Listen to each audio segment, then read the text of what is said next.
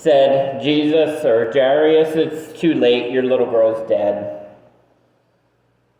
Then they raised to question him, why would you trouble the master anymore? At this point in your life, your daughter's dead. Why should you trouble God? Why should you trouble him anymore?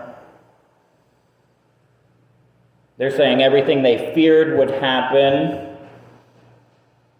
Why should they bother praying now? Sometimes we even see that in our lives. A husband died.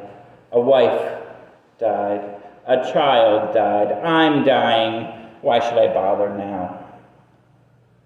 You see, there's no time when you stop troubling the Lord, because it's never any trouble for him to hear our cries, to wipe away our tears, to heal us, unless we take an earthly perspective. The earthly perspective on this little girl was, it's too late, the girl's dead.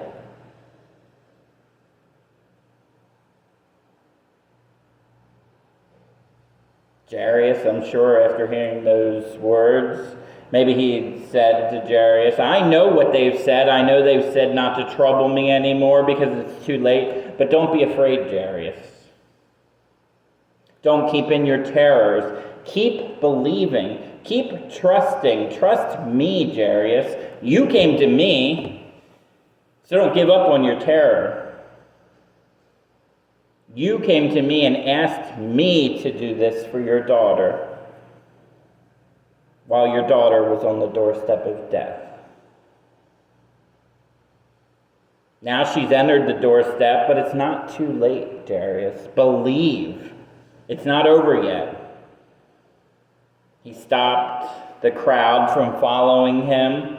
The only ones he had permitted to come were Peter, James, John, the inner circle, as we'd call it. They'd go to the house, they'd find it in utmost disaster. Crowds of people weeping and wailing loudly. Do you know who they were? They were the professionals.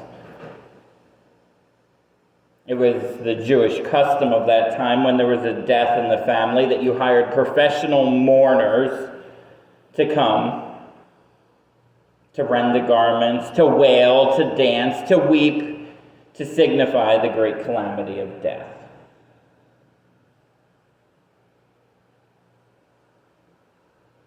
But when Jesus came, he said to them, be quiet.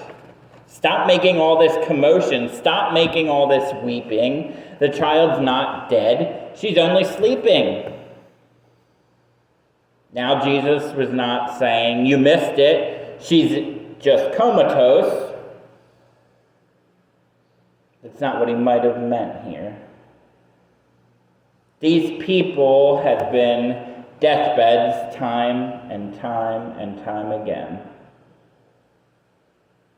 There was no doubt among the crowd that the family of this little girl and this little girl had breathed their last breath. But Jesus said she was sleeping, commonly used to describe somebody who was dead. And they ridiculed him. They made fun of him. These professionals became amateurs of laughter. They laughed, they mocked Jesus. They turned off their tears instantly, and they started jeering and making fun of him. You could probably hear it. Oh yeah, she's still asleep, Jesus. She's just sleeping, that's all. And from that, he went in and took the little girl by the hand, and just by his power, his touch, by the sound of his voice, he brought the little girl into a new creation again. The sound of his voice is the same sound that brought Lazarus out of the tomb when he had been dead. Little girl, arise. And immediately the girl awoke, she arose, and she walked. Now, did she get out of bed and say, wow, I was dead, I was going to take my whole life, it might take me a while to get my legs? No. All her strength, everything had returned to her instantly. She walked around the room, and Jesus said to the parents, don't announce this everywhere, because people won't understand it. But here's what you do. Prepare her something to eat, because she's hungry. You see, it's the power this week. The power of resurrection, the power over death, the power over the lost causes.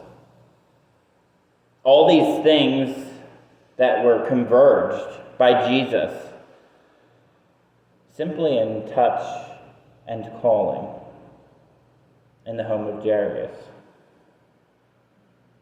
And that's the Lord whom we place our trust in.